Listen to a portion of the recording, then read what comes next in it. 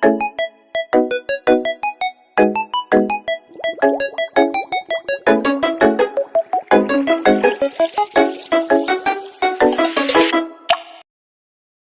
it's me, Miss Marge. I'm back sa ating tips and tutorial vlogs. Kung interested kayo sa aking mga topics, please don't forget na mag-subscribe para updated kayo sa aking mga updated tutorial vlogs.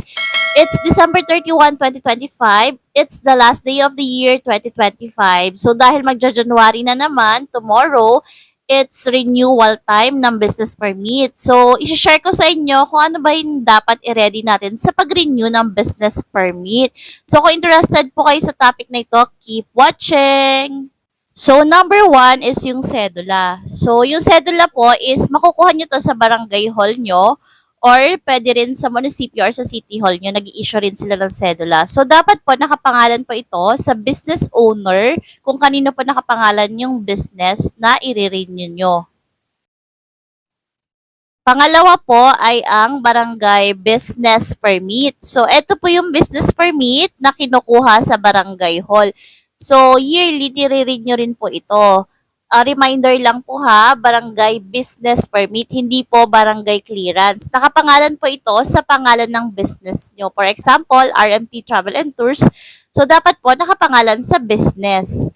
And pwede po itong makuha sa barangay hall, isabay nyo na sa pagkuha ng sedula.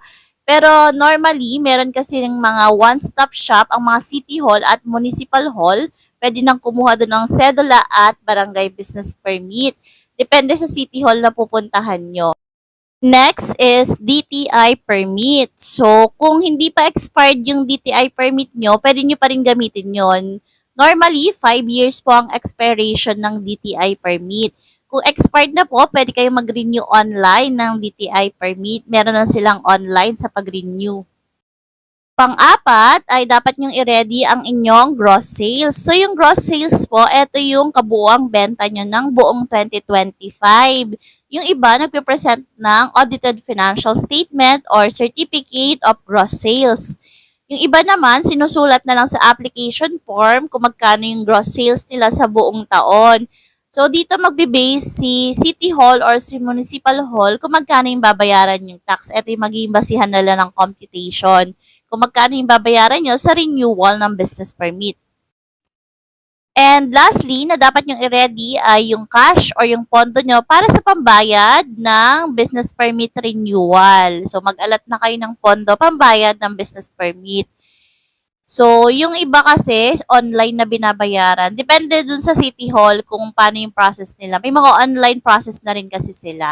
So, abangan nyo yung next vlog ko kung paano yung whole process na pag-renew ng business permit. Thank you for watching!